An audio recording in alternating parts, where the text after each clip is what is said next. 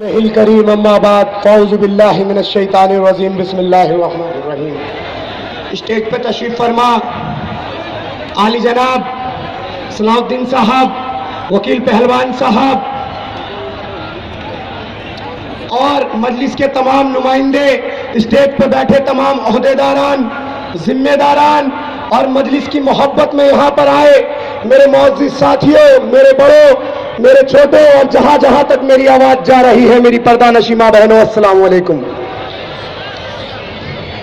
इस सिम की मचलती किरणों ने अब सून सबे गम तोड़ दिया।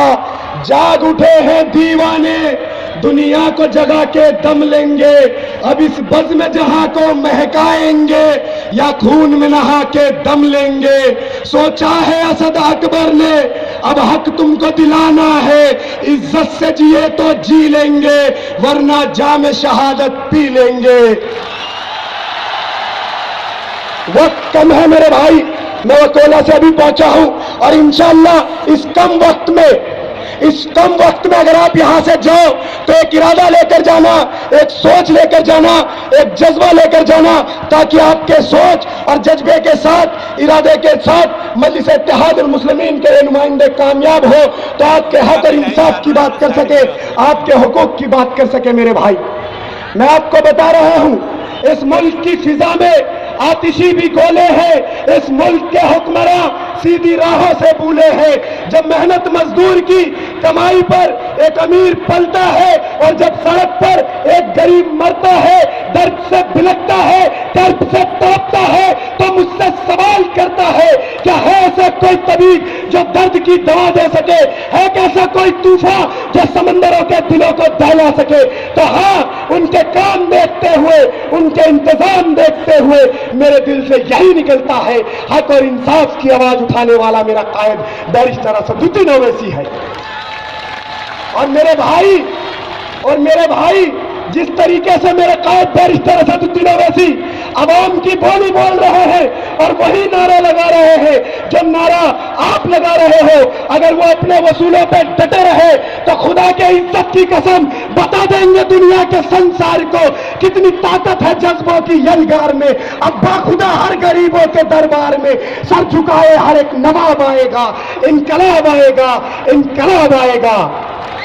लाओगे इनकलाब, लाओगे इनकलाब, लाना है मेरे भाई।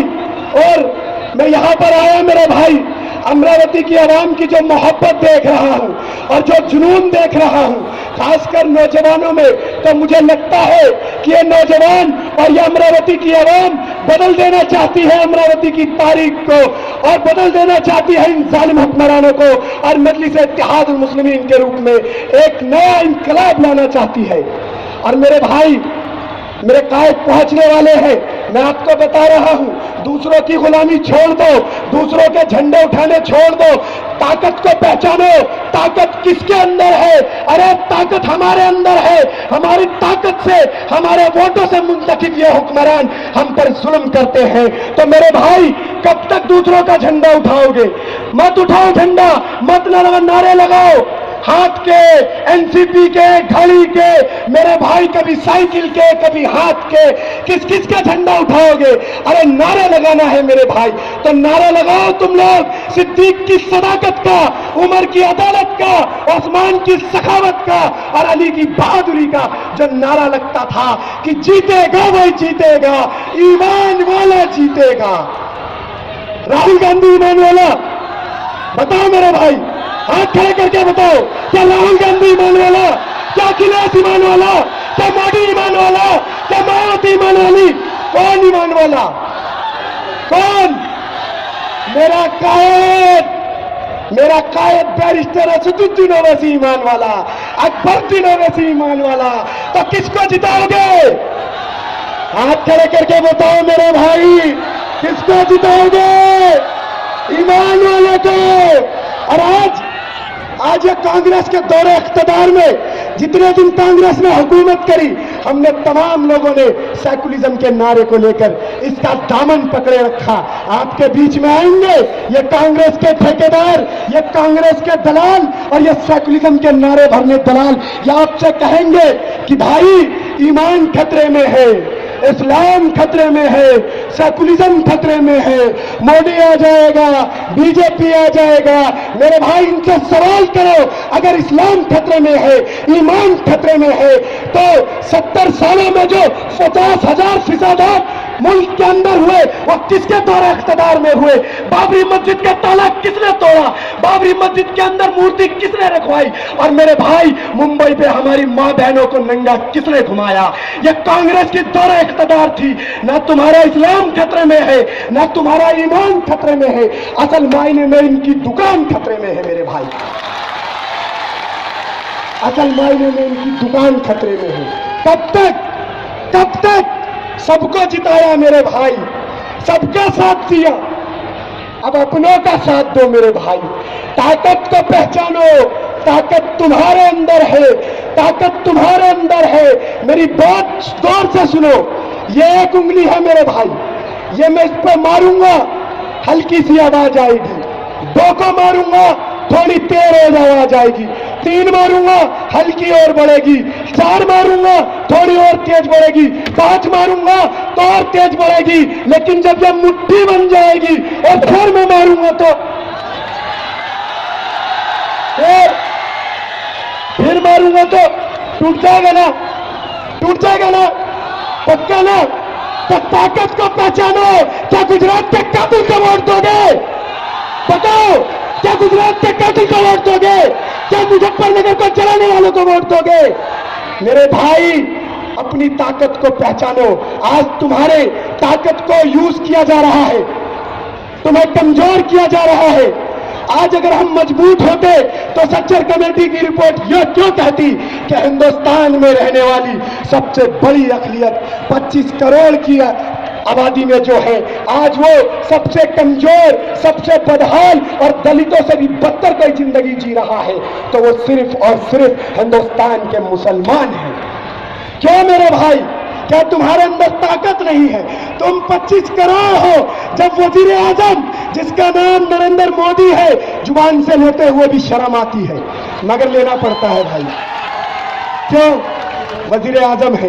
जब वो 31% वोट लेकर हमारा मुल्क के वजीर आजम बन गए, हम इतनी बड़ी तादाद में हैं, अगर 21% को आप वोटों में तब्दील करोगे मेरे भाई तो सिर्फ 17 करोड़ होते हैं। 17 करोड़ वाला इंसान वजीर आजम बन सकता है, लेकिन हिंदुस्तान में रहने वाली सबसे बड़ी अक़लियत मुसलमान जो 25 करोड़ की आबादी में है, अगर हम दिल्ली की तख्त पर नहीं बैठ सकते मेरे भाई, तो खुदा की कसम हमारे बगैर भी कोई दिल्ली की तख्त पर नहीं बैठ सकता,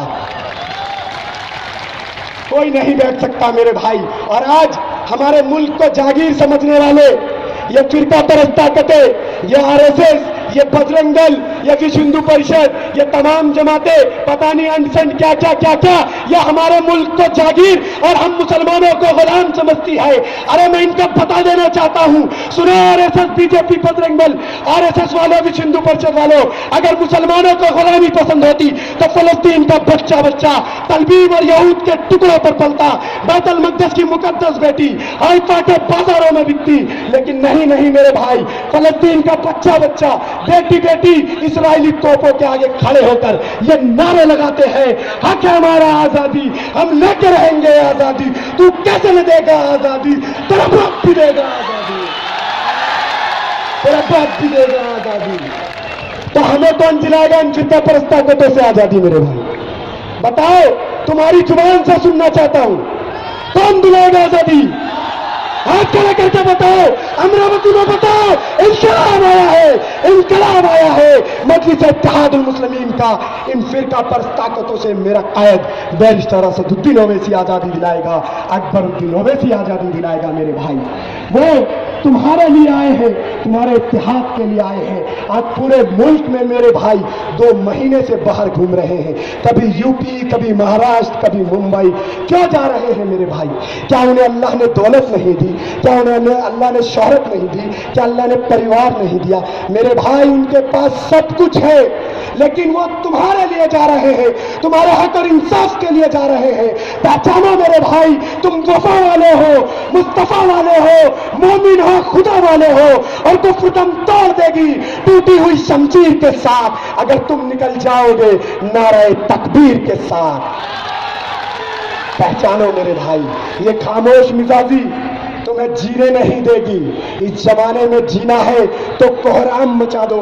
आओ मेरी आवाज के साथ आवाज मिला दो और वो बुलंद आवाज में नारा लगाना मेरे भाई कि यहाँ की आवाज दिल्ली तक जाए। जब दिल्ली तक लोग देख रहे हैं कि अमरावती में इंकलाब आया है, एक एक हाथ खड़े करके लगाना मेरे भाई, नारे तकबीर, नारे तकबीर, नारे रिसालत, नारे रिसालत।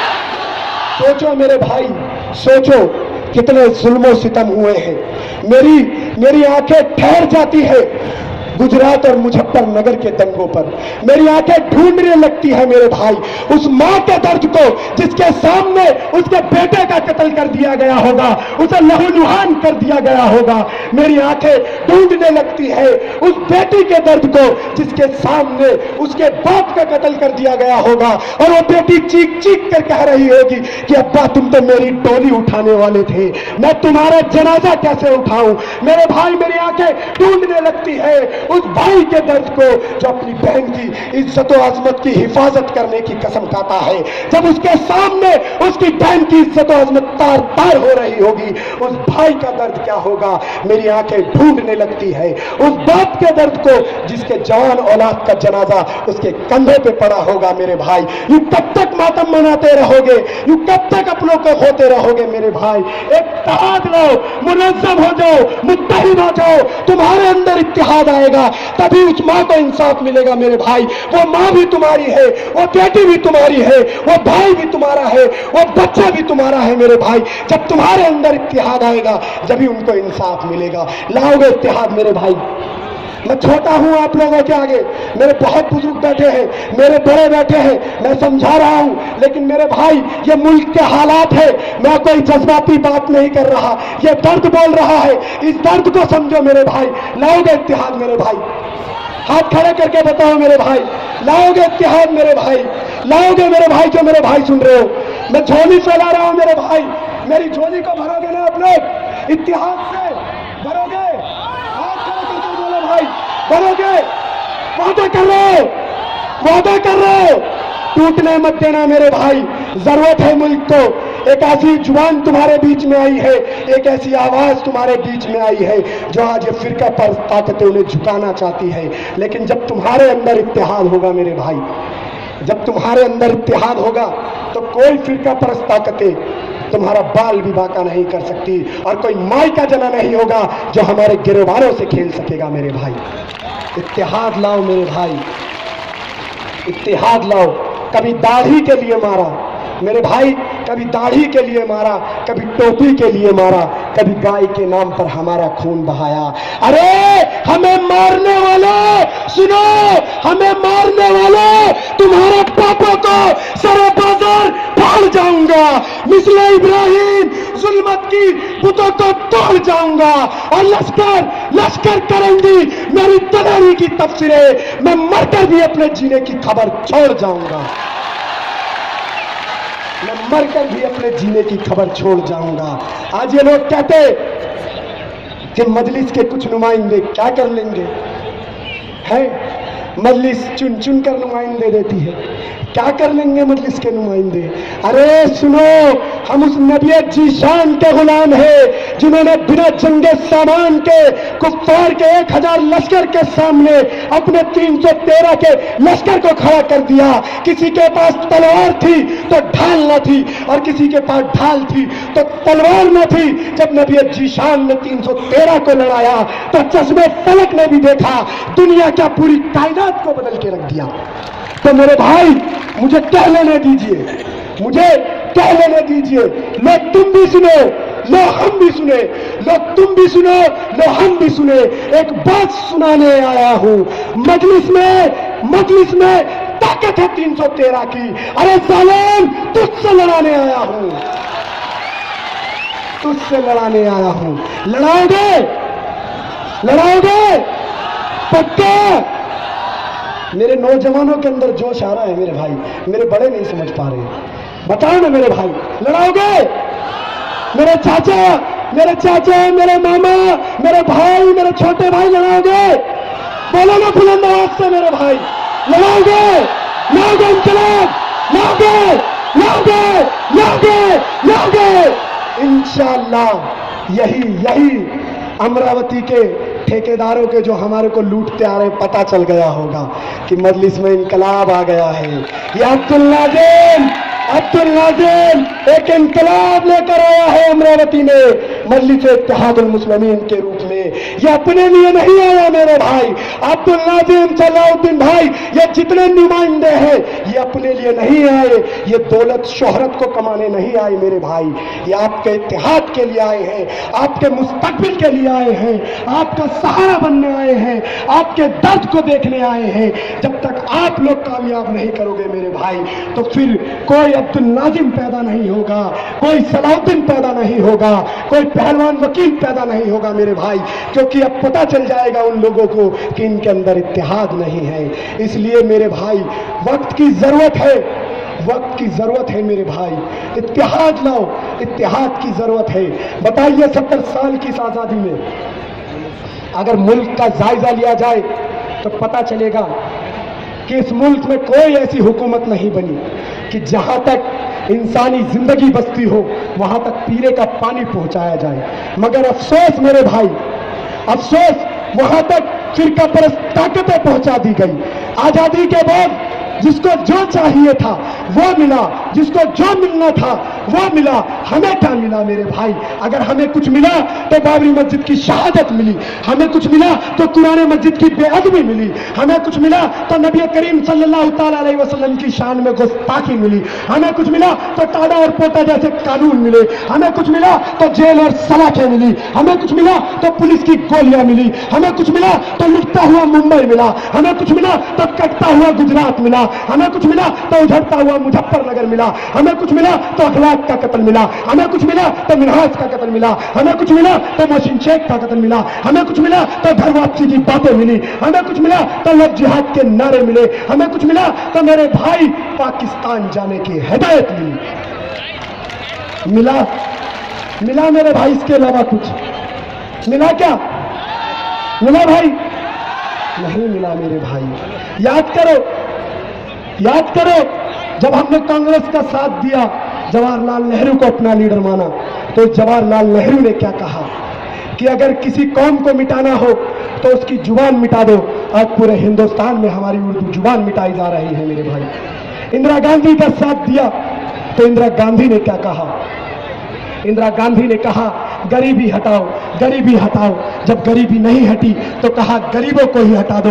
और हिंदुस्तान के कोने कोने में जहां पर अखिलियत के लोग बसते थे, जहां पर अखिलियत के लोग मजबूत थे, उन तमाम जगहों पर फिसादात कराए गए, हमारी बस्तियों को जलाया गया, हमारे घरों को तबाह बर्बाद किया गया। और आज हम इस हाल पे हैं कि तमाम कमेटियों की रिपोर्ट ये कहती है कि अगर हिंदुस्तान में सबसे कमजोर, सबसे बदहाल अगर कोई कौम है, दलितों से भी बदतर कोई जिंदगी जी रही है, तो वो सिर्फ और सिर्फ मुसलमान है मेरे भाई। कारण क्या है? हमने इनका साथ कब नहीं दिया भाई? 70 सालों से साथ देते आ रहे हैं।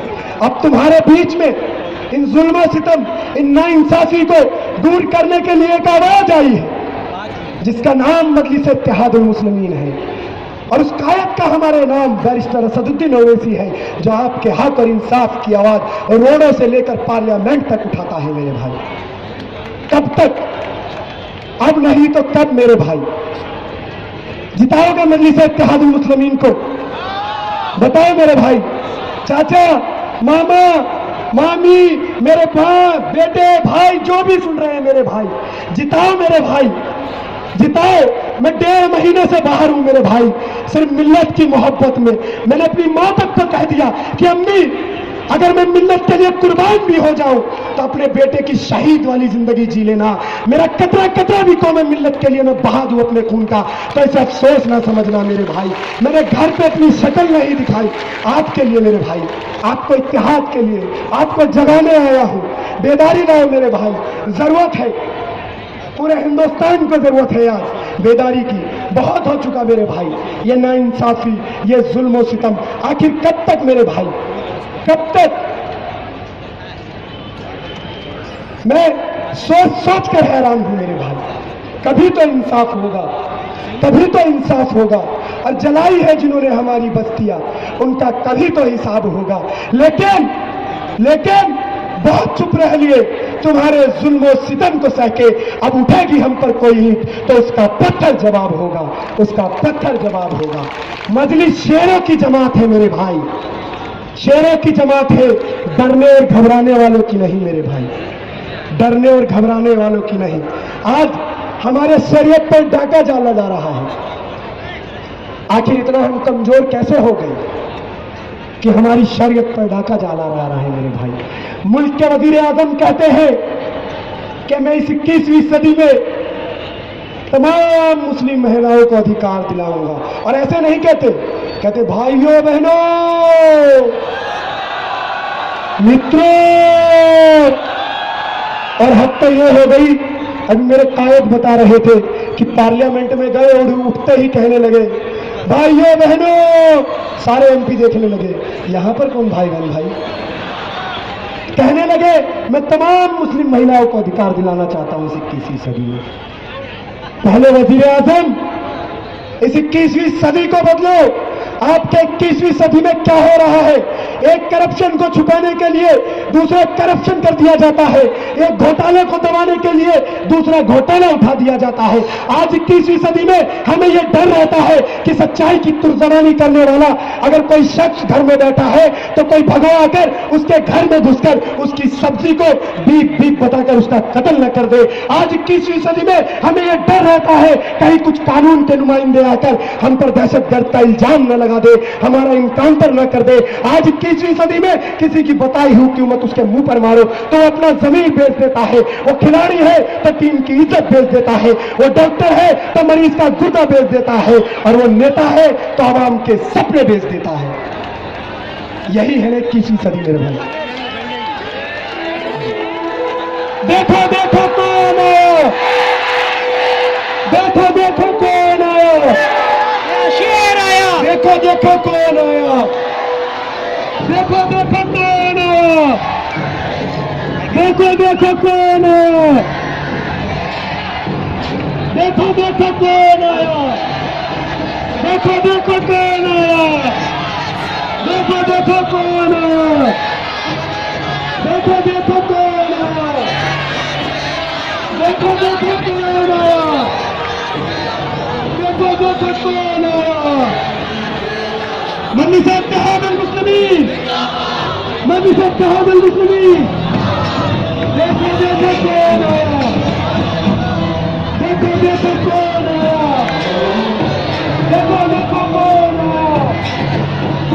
देखो देखो कौन आया, देखो देखो कौन आया, देखो देखो कौन आया, देखो देखो कौन आया।